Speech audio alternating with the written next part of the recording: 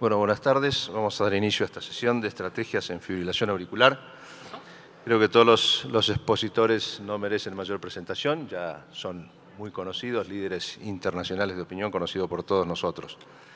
Así que la primera presentación va a ser las lesiones aprendidas en ablación de fibrilación auricular paroxística de la World Trial por el doctor Vidal Esebach. Hola, muchísimas gracias por la oportunidad de estar con ustedes en el Congreso.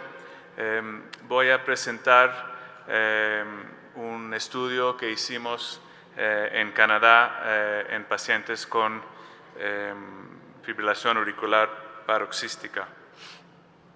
Mis conflictos de interés. Les voy a presentar el estudio AWARE.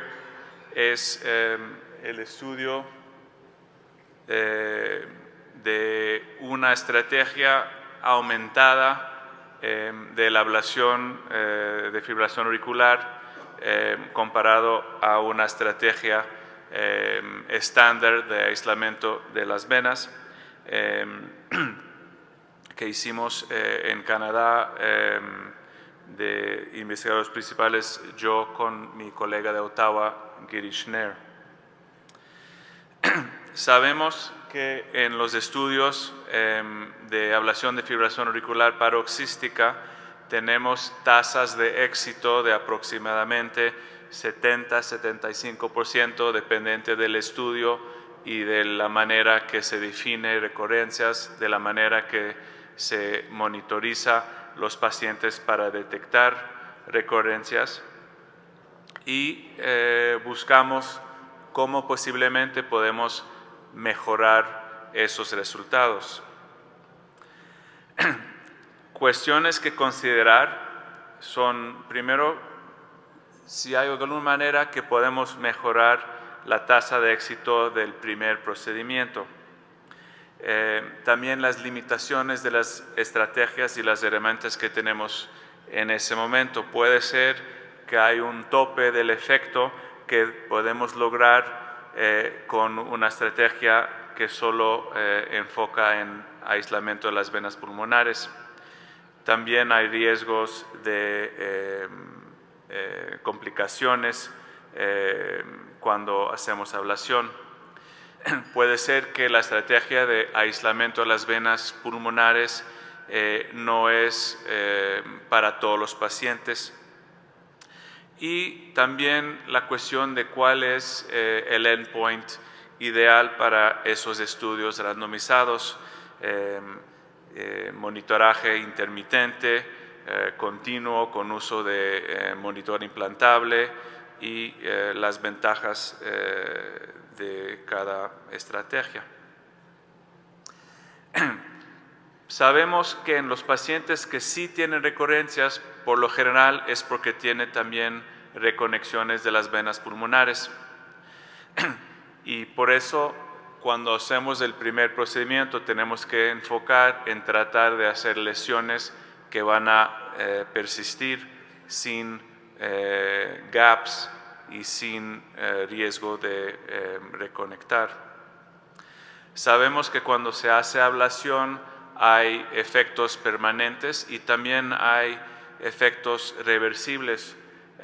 Podemos tener aislamiento agudo, pero por efecto de edema local que luego recupera la conducción y está relacionado a recurrencias de FA. Hicimos un metaanálisis sistemático para comparar estudios que utilizaron una estrategia de aislamiento segmental de las venas pulmonares comparado a estudios que utilizaron una estrategia más del WACA, el Wide Antral Circumferential Ablation, un aislamiento más amplia que incluye el antro de las venas y el resultado es superior cuando se hace un aislamiento más antral. La hipótesis que teníamos era que quizás si un WACA es bueno, quizás haciendo un doble WACA pudiera ser mejor.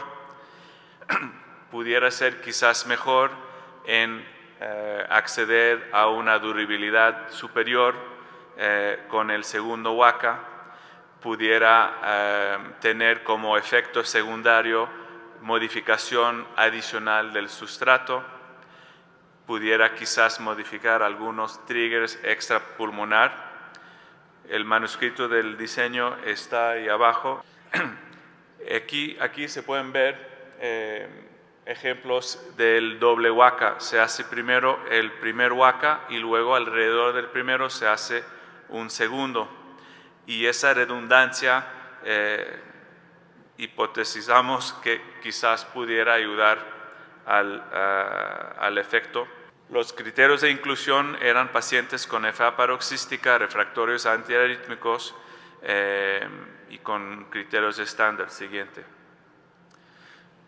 Para tener objetividad, el workflow incluía empezar por un waka simple en el paciente y solo después de completar ese mismo waka durante el procedimiento se randomiza, se abre un sobre que ya está pre-randomizado para decir si el paciente va a entrar en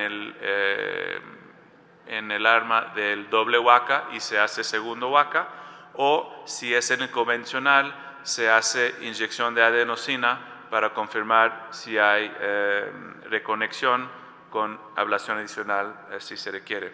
El endpoint primario fue recurrencia de cualquier arritmia detectado en Holters de 14 días a 3, 6 y 12 meses.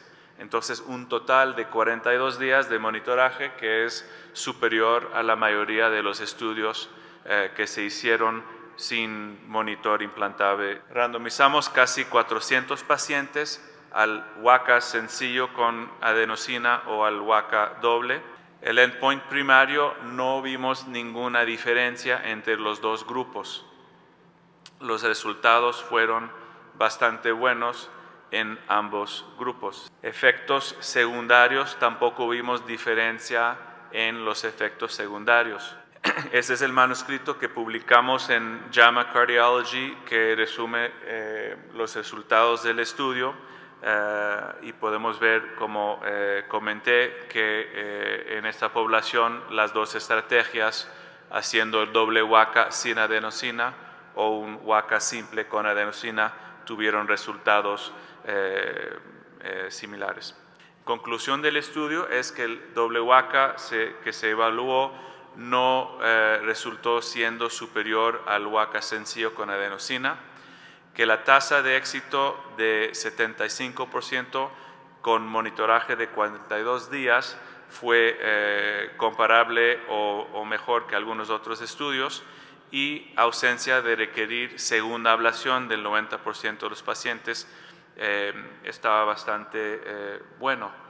Pero regresamos a la idea de que quizás hay un techo del efecto que se puede lograr con una estrategia de solo aislar las venas, y la cuestión de si hay algún rol adicional en buscar otros áreas, otros targets para hacer ablación. Presentamos un subestudio del AWARE primero, que está mandado para publicar próximamente, en lo cual analizamos los pacientes que tuvieron sus ablaciones con estrategia de high power short duration contra una estrategia de power normal, y vimos que en los pacientes tratados con high power short duration los procedimientos fueron significativamente más eficientes, más cortos y con menos uso de fluoroscopía. Ahora, pasando al rol de triggers extrapulmonares, sabemos que pueden haber triggers del lado derecho, de fibrosis, y en ese diapositivo se ven las tasas de diferentes tipos de triggers que se pueden ver: extrasístolis, reentradas nodales, reentradas atrioventriculares, aleteos o flutters, y el cicatriz, fibrosis en la pared posterior. Sabemos que cuando hay triggers en el inicio de la enfermedad, con el tiempo pasa más a un problema del substrato, y dependiente de dónde está el paciente, en esa evolución de la enfermedad puede ser que con el tiempo atacar o tratar el sustrato sea importante, tanto con tratamientos de ablación o tratamientos farmacológicos o modificar el sustrato del paciente que tiene hipertensión, diabetes, apnea del sueño, sobrepeso, etc. Todo eso es importante. Ya tenemos financiamiento para hacer un AWARE-2. Siempre cuando hay un estudio nos gusta hacer otro para evaluar otros puntos, y en ese estudio queremos ver si hay valor en hacer algo más que las venas pulmonares en pacientes con FA paroxística. Entonces la estrategia es de PVI contra un PVI plus. La idea es en los pacientes con una estrategia adicional ver el efecto de hacer un estudio electrofisiológico buscando reentaradas, nodales, vías accesorias, flutters que se pueden ablatar, áreas de fibrosis que sea en la pared posterior o en otros lados que se pueden considerar para hacer ablación, o triggers. Entonces, para resumir, hay potencial de mejorar resultados de ablación de FA en pacientes con FA paroxística en el primer procedimiento.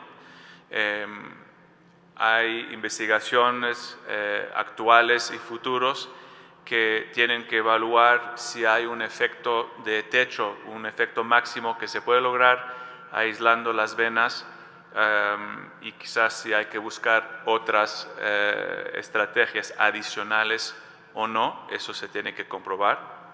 En pacientes con FA paroxística, el punto más importante que pensamos que explica las recurrencias son reconexiones de las venas pulmonares. Entonces tenemos que utilizar estrategias en el primer procedimiento para obtener tasa de aislamiento persistente sin reconexiones a largo plazo. El papel de los triggers extrapulmonares es algo que se tiene que evaluar en esos pacientes. Para aumentar la tasa de éxito también tenemos que tener cuidado en no aumentar los riesgos y, a lo contrario, mejorar la seguridad de esos procedimientos. Quizás nuevos tipos de energías como campo pulsado puede mejorar la parte de seguridad, aunque quizás no tenga efecto de eficiencia. Si puede ser más seguro, ya es un paso adelante. Estrategias punto por punto o más de ablación más amplia, eso también son cosas que estamos evaluando. Con eso se acaba mi tiempo. Muchísimas gracias por su atención. Bueno, muchas gracias, Vidal. Vamos a dejar para el final, si hay preguntas, si tenemos tiempo. Vamos a dar paso al segundo disertante. ¿Tenemos conectado al doctor Mon? Sí, aquí estoy. ¿Me oís? Luis, buenas tardes. Un placer que nos acompañes. Igualmente. Igualmente. ¿Cómo va todo? Bien, muy bien, Luis. El doctor Luis Mon, del Hospital Clínico de Barcelona, como decía, conocido también por todos. Así que le vamos a dar paso a él para su presentación. Luis, te vamos a escuchar hablar de deporte y fibrilación auricular. Pues oye, muchas gracias por la invitación. Me sabe muy mal no haber podido estar aquí por razones personales en este congreso, pero espero poder estar en el siguiente, y realmente un placer compartir con todos vosotros estos temas sobre el deporte y la fibrilación auricular, ¿no? Voy a repasar un poco la historia de esto, y el hecho es que aunque este tema nosotros ya empezamos a trabajar con él y publicamos en el 2002, o sea, hace 20 años, todavía yo creo que hay poco conocimiento, probablemente porque todos tenemos un cierto bias a la promoción del deporte, y todo lo que sea un efecto negativo pues lo intentamos infravalorar, ¿no? En esta observación inicial, pues lo que hicimos fue, en nuestra clínica de pacientes outpatient, ¿no?, pues ver que la mayoría de los buscamos pacientes consecutivos que tuvieran fibrilación auricular sin otra cardiopatía, totalmente idiopática, incluso sin hipertensión. Y vimos que casi un 50% de ellos, que no tenían ningún factor de riesgo para fibrilación auricular, ninguno, practicaban deportes de resistencia de manera regular, ¿no? Y pensamos, pues esto es mucho para una población de entre 25 y 65 años. Y nos fuimos a buscar en una población utilizando el estudio Regicor, que es un estudio epidemiológico en Cataluña, y vimos que en esta edad más o menos la proporción de varones, porque estos pacientes eran todos varones, que practicaban deporte de resistencia era un 15%. Y en esta primera observación dijimos, bueno, esto no puede ser casual, tiene que haber aquí una asociación que tiene que ver algo con la fibrilación auricular y el deporte de resistencia, ¿no?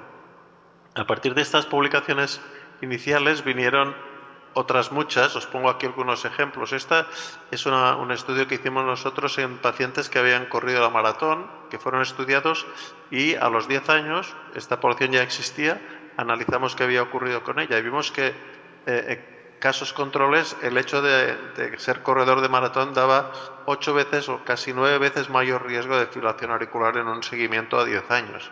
Pero otros grupos también vieron cosas parecidas. Por ejemplo, esto ya es del año, un poco anterior, del año 98, en Finlandia, corredores de campo a través, que tenían un 5,5 más mayor riesgo de fibrilación auricular. Muy alto es el riesgo, por ejemplo, del esquí de fondo, que en esta serie, en esta cohorte, el seguimiento tenían un 13% de fibrilación auricular, un 10% en ciclistas veteranos, ¿no? Esto nos llevó a publicar una revisión en el Nature Reviews del 2016 que publicamos con Eduard Was, que es quien trabajó duro esta revisión, es muy buena, si la queréis buscar es realmente muy completa.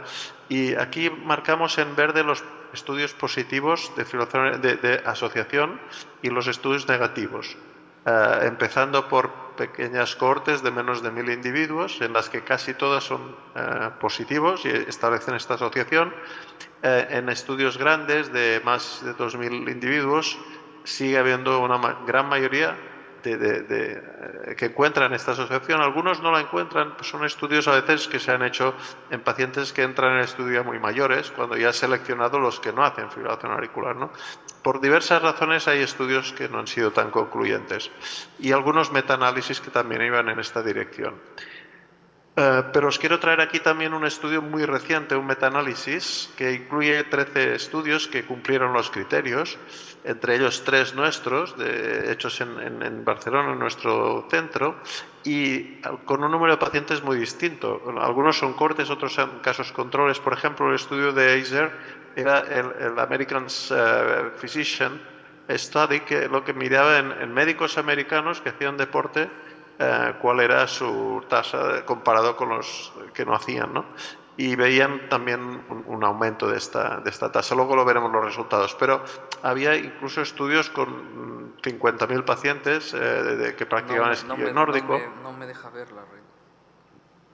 Hola. Sí, entonces realmente en este metaanálisis vieron que todos ellos, y estamos hablando de varones porque este fenómeno, por lo menos hasta ahora, en mujeres se ha visto poco, casi todos ellos tenían pues una asociación claramente positiva entre ejercicio de resistencia y riesgo de fibrilación auricular, que en promedio llegaba a ser 2,5 veces, ¿no?, respecto a los controles. Entonces, ¿cómo se explica que el ejercicio tenga tantos efectos positivos y en cambio en el caso de la fibrilación auricular se promueva la fibrilación auricular?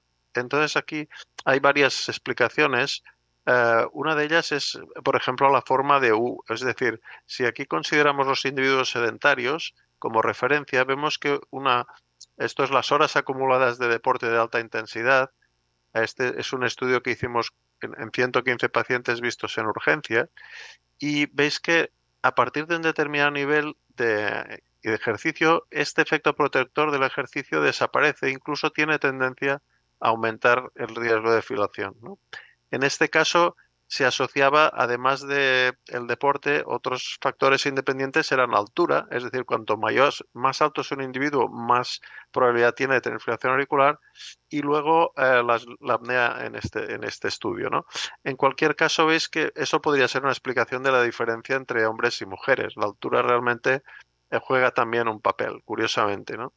Esta onda o esta forma de esta asociación en U se ha visto en otros estudios mucho mayores, con más pacientes, por estos que citamos aquí, ¿no? Y vemos que se reproduce, tanto si llamamos con METs de ejercicio como el nivel de actividad, etcétera, se reproduce este efecto beneficioso cuando el ejercicio es moderado, negativo cuando el ejercicio es muy alto, ¿no?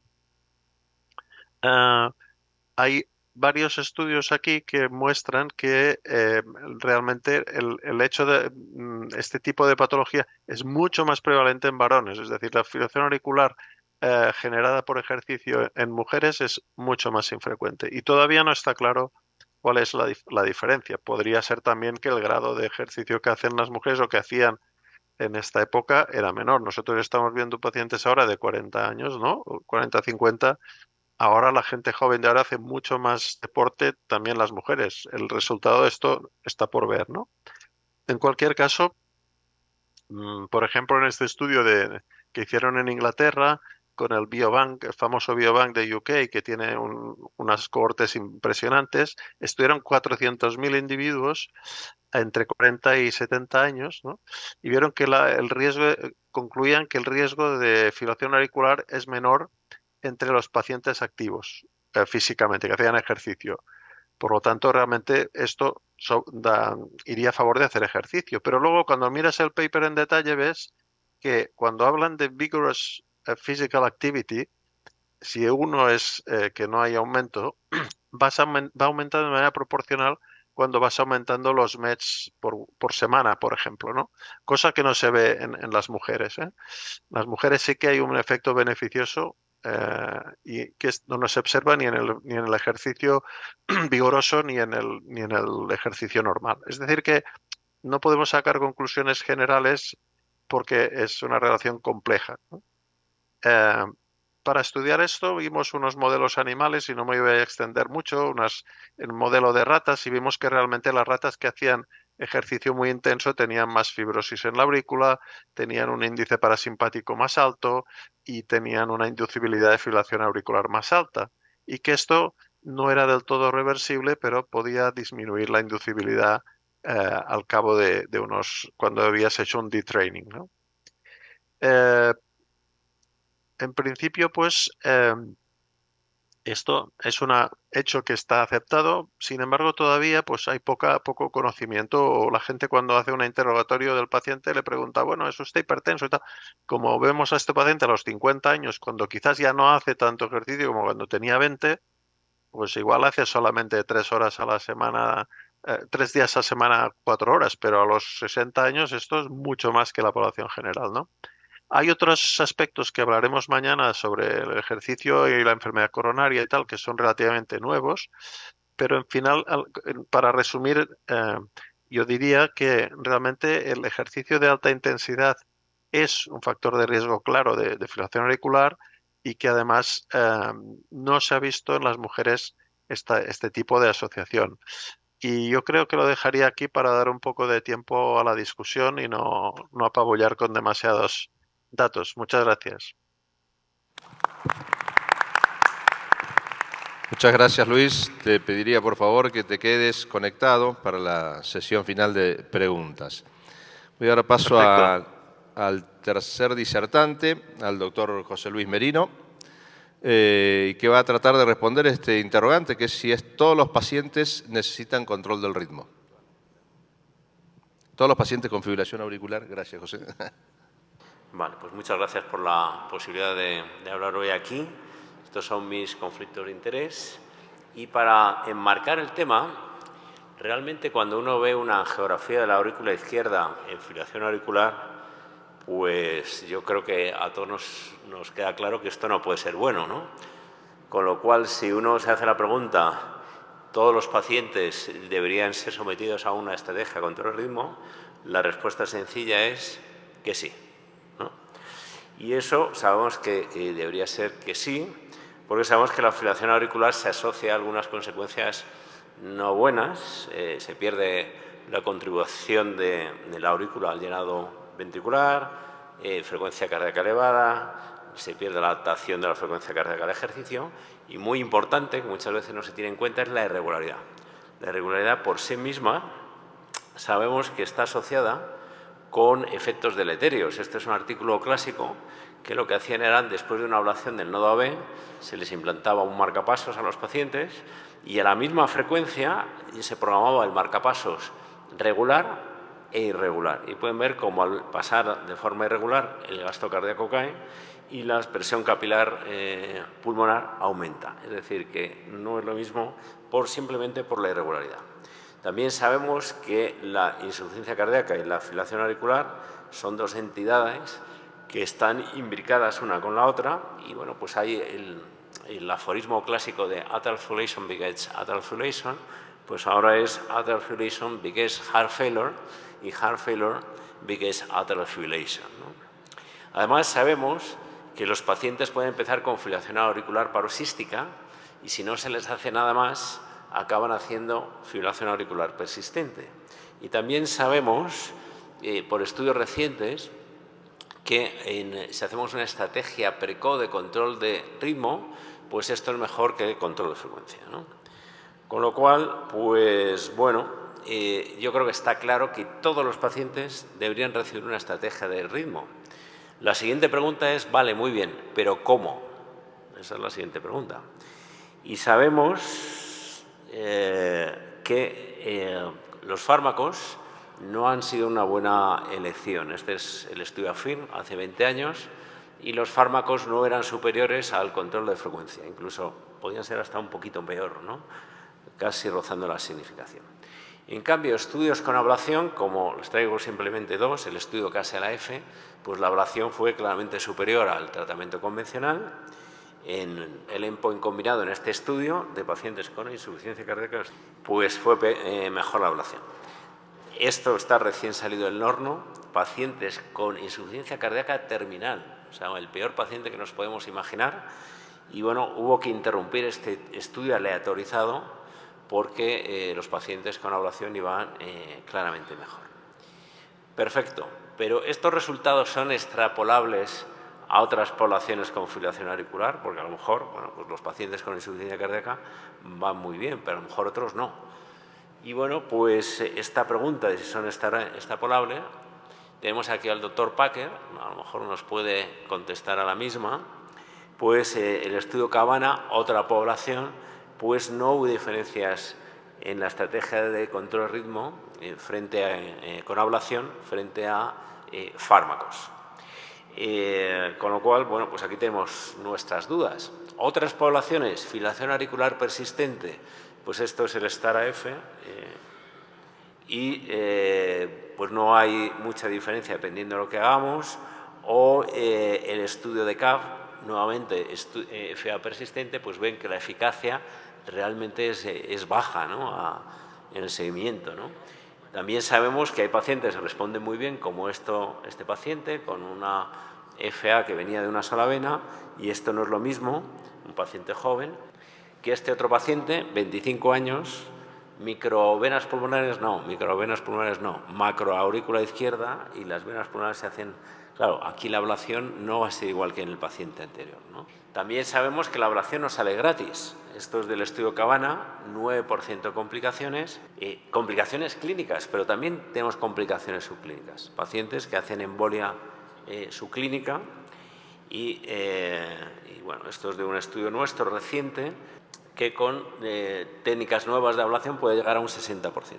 Con lo cual, está claro que necesitamos, antes de recomendar la ablación generalizada a todos los pacientes, pues necesitamos mejorar la eficacia y necesitamos mejorar la seguridad, sobre todo en los pacientes en los cuales los síntomas son menos claros, ¿no? Estamos buscando un beneficio pronóstico, pues habrá que mejorar la seguridad. Pero la última pregunta que me gustaría preguntarles es fenomenal. Ablación a todo el mundo, aunque consiguiéramos tener una eficacia del 100%. Asumimos eficacia 100%. riesgo 0%. ¿Se lo podemos ofrecer a todo el mundo? ¿Es realístico? Bueno, pues sabemos que la fibrilación auricular está aumentando. Eso ya es un primer problema, ¿no? Vamos a tener muchos pacientes.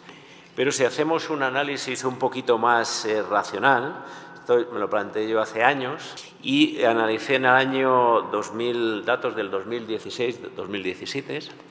En aquellos momentos en España había unos 46 millones de personas viviendo. Asumiendo una prevalencia de fibrilación auricular de un 2%, pues eso representaba que teníamos aproximadamente 1 millón de pacientes con fibrilación auricular. ¿Cuántos de estos fueron tratados con ablación?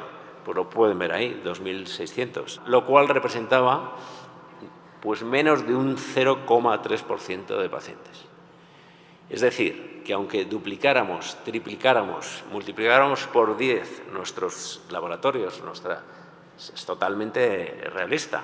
Es verdad que no todos los pacientes van a necesitar una ablación con la tecnología actual, pero aunque dijéramos no, a todos, es imposible, ¿no? Si uno en aquellos momentos dice a ver cómo iba a ser la tendencia y calculé, siguiente, que el número de ablaciones en general en España llegaría a 18.000, siguiente, en el 2025. Siguiente, la proporción de pacientes tratados con FA serían también un 40%. Eso nos daría que para el año 2025 18.000 pacientes con fibrilación auricular serían tratados en España. Esta cifra se ha adelantado porque los datos del 2022 ya están y son en torno a 8.000. O sea, más o menos la tendencia está ahí, pero incluso superando a mis predicciones, ¿no? Siguiente.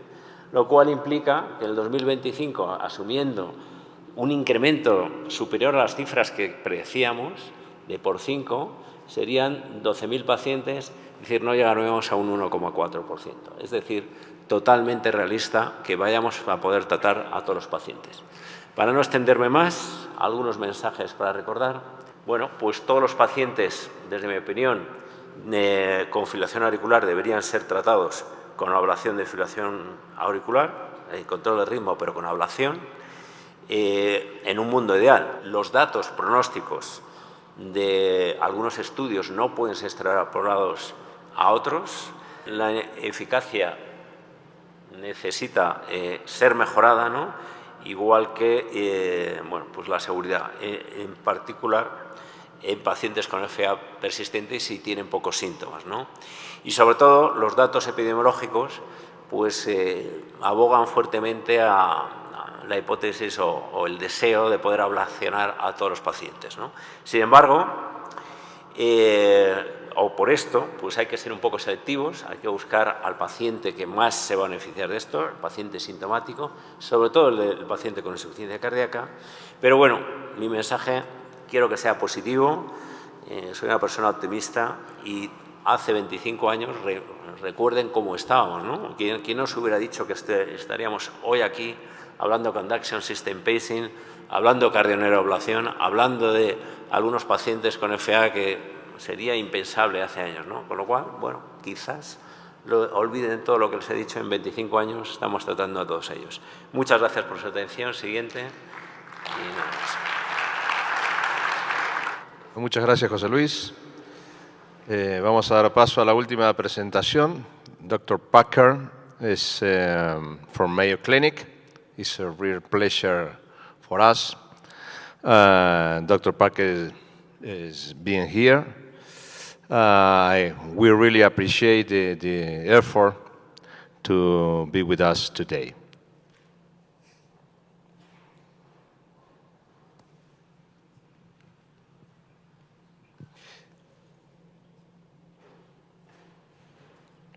The title of the presentation is Effective Ablation versus Drug Therapy on Quality of Life, Results from the Cabana Trial. It's an honor to be here. I appreciate very much the invitation. I appreciate being on a program with the previous 2 or 3 talks that you heard. There's a little bit of overlap, but I think that that'll be okay. You know, when we talk about quality of life, there was a lot that we said about it in Cabana. But there's a lot we didn't say about it in Cabana, and so I'm going to go through and see if I can give you an update on the information that we have about quality of life. And then it's not just adding up some score. Typically with quality of life, you add up some score, and when you're through adding up the score, it gives you some means of knowing just exactly how well the patient did. Now, this is not quality of life. This is my disclosures, but I'm not going to say anything about them because I don't think it makes any difference with what's going on with this presentation. So, quality of life in atrial fibrillation, we talk about it in the way that we feel with palpitations. We talk about physical and we talk about mental. And we look at those and we score those, and it makes us think that that's all there is to it. Well, there's a lot more that's not just beyond those numbers. There's a lot more that's causing the atrial fibrillation. So the first thing is, we've known for some time that obesity creates a big problem. So how much of the quality of life problem in atrial fibrillation is quality of life, and how much of it is really obesity? And you can see from 1990 to 2000 to 2010, at least in the United States, the obesity problem just kept getting bigger. And just so that nobody feels bad, it's kind of the rest of the world too. And so it's an issue that's, yes, it's quality of life, but it's not just counting up numbers to see how somebody feels, because there's so much that contributes to the quality of life above and beyond simply you feel palpitations or you feel short of breath or something like that. So let's look at contributing factors. Now, if you look above, it talks about aggressive risk factor management. And it could be that we would do nothing whatsoever with atrial fibrillation and patients could still feel pretty good and their quality of life would be better if they would manage their risk factors. If they worked on weight management, that's the next one there. And the one after that is hyperlipidemia, and it looks like this is not good.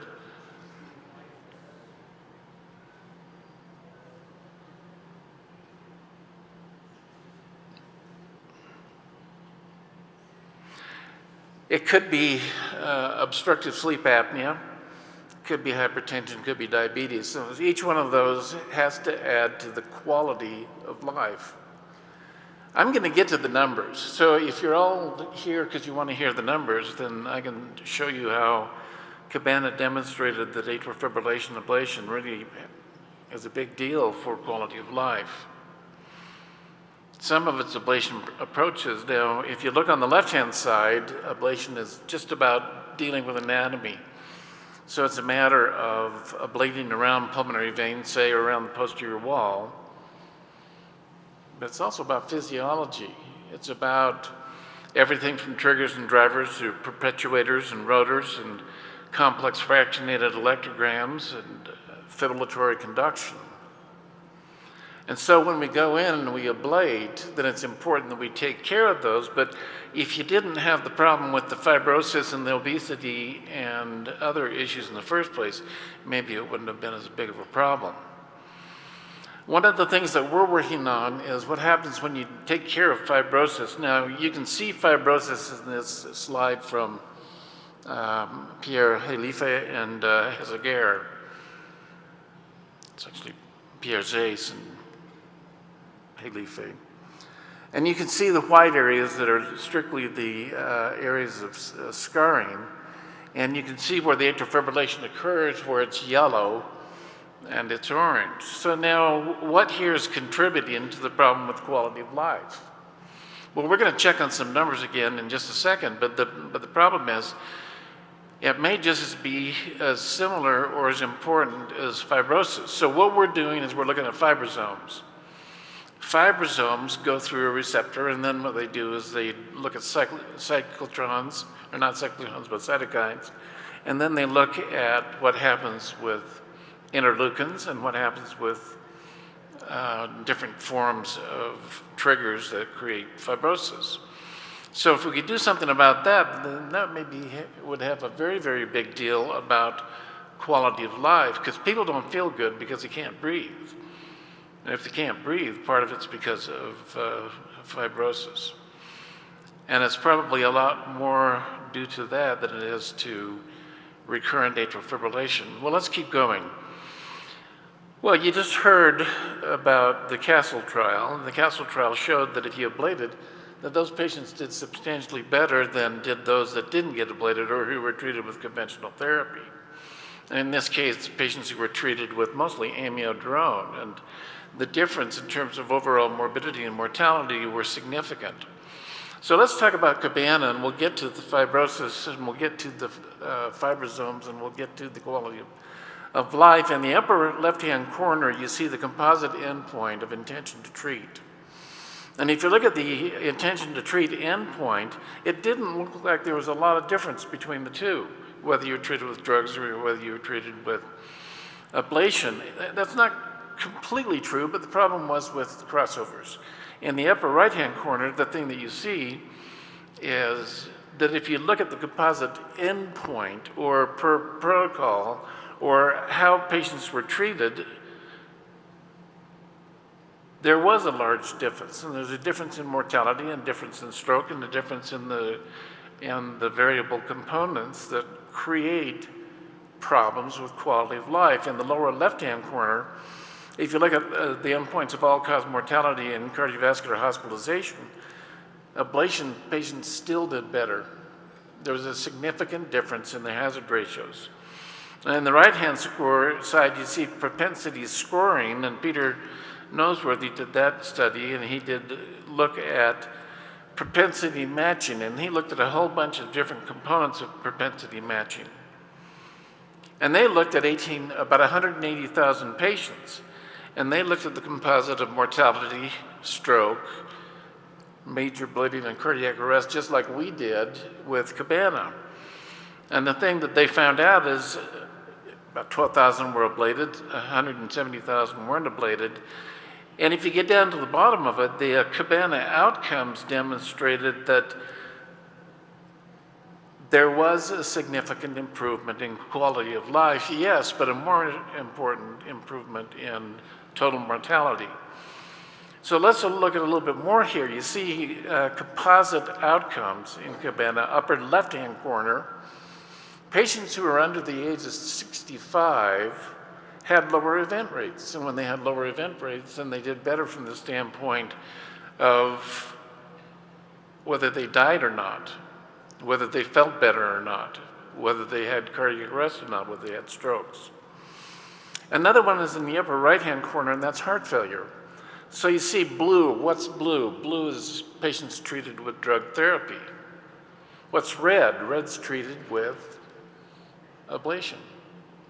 So in patients that had heart failure, the thing that happened that's quite important is the patients who had Cabana-type ablation lived substantially longer. They had fewer strokes, they had fewer event rates. This is what you just heard a few seconds ago about AF begets heart failure and heart failure begets AF. It's not just anymore AF begets, or AF gives you problems with sinus rhythm. If you get sinus rhythm back, then AF goes away. It's not just that, it's this whole heart failure business. That's why we're doing Cabana HF. If you're over the age of 75, then red is event rates, and it's a lot higher. So if you're over the age of 75, then the risk factors are higher, and if you're under the age of 75, the risk factors are much lower. And if you look at more minorities did much, much better in terms of risk factors and outcomes in events and strokes and atrial fibrillation. Those that were non-minorities had much, much higher risk rates. So why am I talking about this and we're talking about the quality of life? The reason is that it's not, how you do isn't just a matter of whether we get rid of atrial fibrillation or not. Quality of life may have to do a lot with if you weigh too much, or if you have obstructive sleep apnea, or hypertension, or diabetes, or depending on the minority.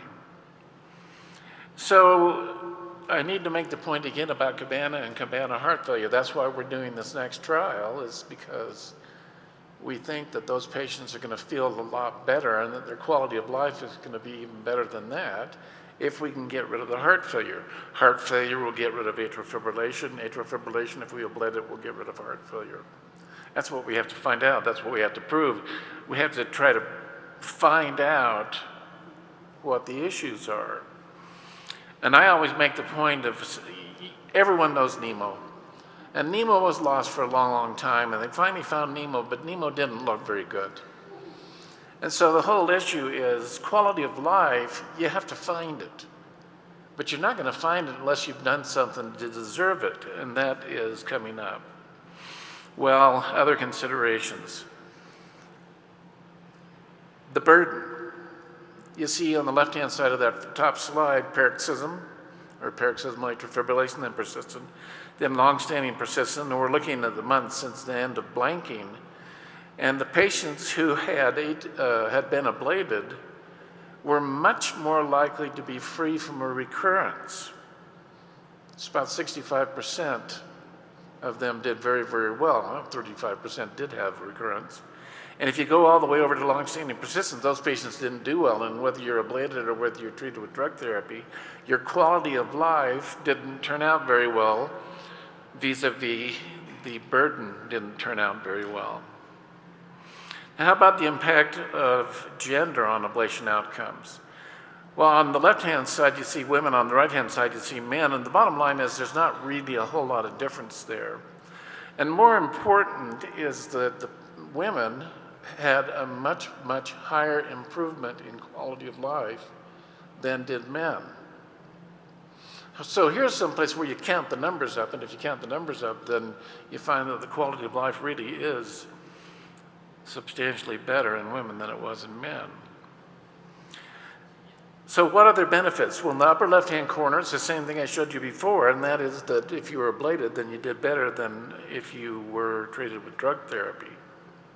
If you look at the one down below, that's a piece of this from Dan Mark, and you can see over time on the left-hand column is looking at months. On the right hand is the adjusted mean of the quality of life scores. And in the middle, you basically see that for maybe baseline, there wasn't a lot of difference. But if you look at the patients who were ablated, they're all over there on the right-hand side. So being ablated, the right-hand side, the quality of life was substantially better in every way. Is it the burden's better? Is it there's less atrial fibrillation? Well, is it less weight? Is it less hypertension? Well, it's a lot of less of a lot of things. But the bottom line is the thing we found in Cabana is that the patients who had AF eliminated did best, and there was a parallel between that and their weight and their hypertension. Now you look up in the upper right-hand corner, we look at the freedom from atrial fibrillation and quality of life and cost of AF on QALYs. QALYs, I think, is something from Australia or something, I don't know, but it's quality of life years spent. And the bottom line is, if you read through all of the numbers there, then the cost of doing an ablation over time was about $57,000, and that's in patients that didn't have recurrence of atrial fibrillation at all. And so the bottom line there is that it's not just quality of life on a score, it's quality of life on how things turn out money-wise. Okay, I'm going to show just a couple more slides. Here is looking at a study that Anita Waklu did. And here you see the actual numbers of quality of life. On the left-hand side, you see the physical score. On the right-hand side, you see the mental score. And you see that the patients who had AF control, meaning AF was gone, and they were off antiarrhythmic drugs, did very, very well. They were 17. If they were controlled, but they were still on antiarrhythmic drugs, they didn't do as well. They were 13s. And recurrent atrial fibrillation, they did even less well. If you look at mental effect, then it's 13, 13, and 9.7, so maybe not as much of a difference as what you might have expected. Even more important than that is what Anita found when she looked at the PCS improvement on the left-hand side over here for physical quality of life And on the other side is the mental quality of life. And you see patients who were ablated successfully, patients who were treated with drugs, and patients who had recurrent atrial fibrillation. And again, all of the numbers look better with those that were ablated. So were we told correctly in the last two talks that you probably should be ablated? And the answer is, yeah, probably. It probably makes a difference. And for mental, maybe there's not quite as much of a difference. And the mental part may have to do more with some of the other comorbidities. So that's something we do need to work about more. This one I think is important because on the left-hand side,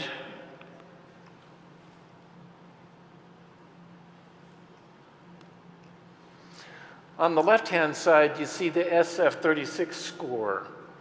On the right-hand side, you see the MAFC score. And what we're doing here is we're comparing SF-36 to MAFC. In both cases, one's pre-ablation and one's post-ablation.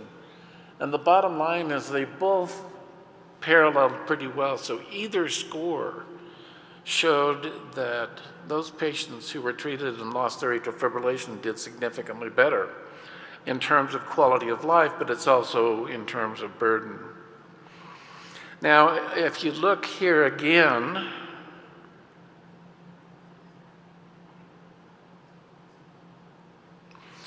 and again you're looking at MAFC score on the y-axis and the x-axis is SF-36. For the most part, the patients did better going up and to the left. But you'll notice down around the bottom, there's a bunch of patients that had different colored dots. And the bottom line with the different colored dots is even if atrial fibrillation was not eliminated, and even if atrial fibrillation persisted, many patients were still doing very, very well in terms of their quality of life. We call that placebo effect. And I think that no matter what we do here, there is going to be some placebo effect. So the bottom line here is quality of life is really important, but so are the other comorbidities and finding out about the comorbidities and taking care of the comorbidities. Getting rid of atrial fibrillation is important. Getting rid of strokes is important. But there is some placebo effect that occurs that contributes to quality of life. But I think the bottom line is, with everything that we're doing, I think it's important for us to stay abreast of the need to keep the quality of life and AF burden up and to improve that. And so I'm going to stop there and thank you again for the invitation of being here. Thank you very much, Dr. Packer. I'm going to invite my colleagues, Dr. José Llorente y Antonio Gallegos, to open the discussion.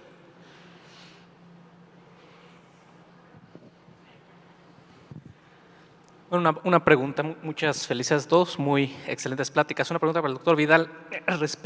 Le preguntaba yo las diferencias con el nuevo estudio AWARE, el Plus, ¿qué lo distingue de los estudios publicados previamente? Y me pareció muy interesante la forma en la que me comentaba. Pues la idea que queremos evaluar es comparar dos estrategias. Una estrategia simple que solo va por un aislamiento de las venas sin hacer mucho más, y la otra estrategia basada más en una estrategia electrofisiológica donde se hace un estudio, se descarta vías accesorias, renal nodal, flutter, se usa isoproterenol para descartar triggers, se hace un mapeamiento detallado del sustrato para ver si hay áreas de fibrosis, y para comparar esas dos estrategias en pacientes con FA paroxística para ver si hay beneficio en hacer algo un poco más detallado. Bueno, yo le quiero hacer una pregunta al doctor Mon, que él habló de deporte y FA. ¿Qué implicancias tendría en un paciente que usted le va a hacer una ablación de FA, los plexos ganglionares? ¿Y qué implicancia tendría la homogenización en los pacientes que tienen fibrosis a nivel de la cavidad auricular en en los deportistas de alto rendimiento para disminuir la recurrencia de la fibrilación auricular en su experiencia? Bueno, en cuanto a lo de la denervación, seguro que tiene un papel, porque está claro que parte de la fibrilación auricular en deportistas no es solo el cambio estructural, sino también la hipervagotonía, ¿no? Otra cosa es el manejo práctico. Estas personas quieren seguir haciendo deporte, entonces yo me he encontrado gente que se hace la ablación para poder seguir haciendo deporte con sus 50, 60, 70 años, 200 kilómetros de carretera de bicicleta, ¿no? Y mi consejo es, eso es un factor de riesgo, igual que sería hipertensión, igual que sería otro factor de riesgo, intente controlarlo. No que se quede sentado en una silla, pero haga un ritmo de ejercicio menos de resistencia, más de otro tipo de ejercicio, ¿no? Sin embargo, lo primero es darse cuenta de que esta es la causa, ¿no? Y muchas veces nuestros fellows hoy en día van a un paciente y la pregunta que hacen es ¿se tiene que ablacionar o no se tiene que ablacionar? Y en cambio muchas veces no se preguntan cómo podemos mejorar las comorbilidades. Y esta es una de ellas, igual que lo sería la obesidad, igual que lo sería la sleep apnea, ¿no? Por lo tanto, es un factor más de riesgo a considerar, manejable y que hay que manejar como se puede, ¿no? Dependiendo mucho de un diálogo con el paciente. Habrá pacientes que digan, mire, a mí me da igual si me tengo que hacer 3 ablaciones, pero yo quiero seguir haciendo el nivel de ejercicio que hago. Pues up to you, que dicen, ¿eh? Pero este es un factor de riesgo. Este sería un poco el mensaje. Bueno, muchas gracias, Luis, y que vamos a dar por finalizada la sesión. Thank you very much, Dr. Parker. Gracias.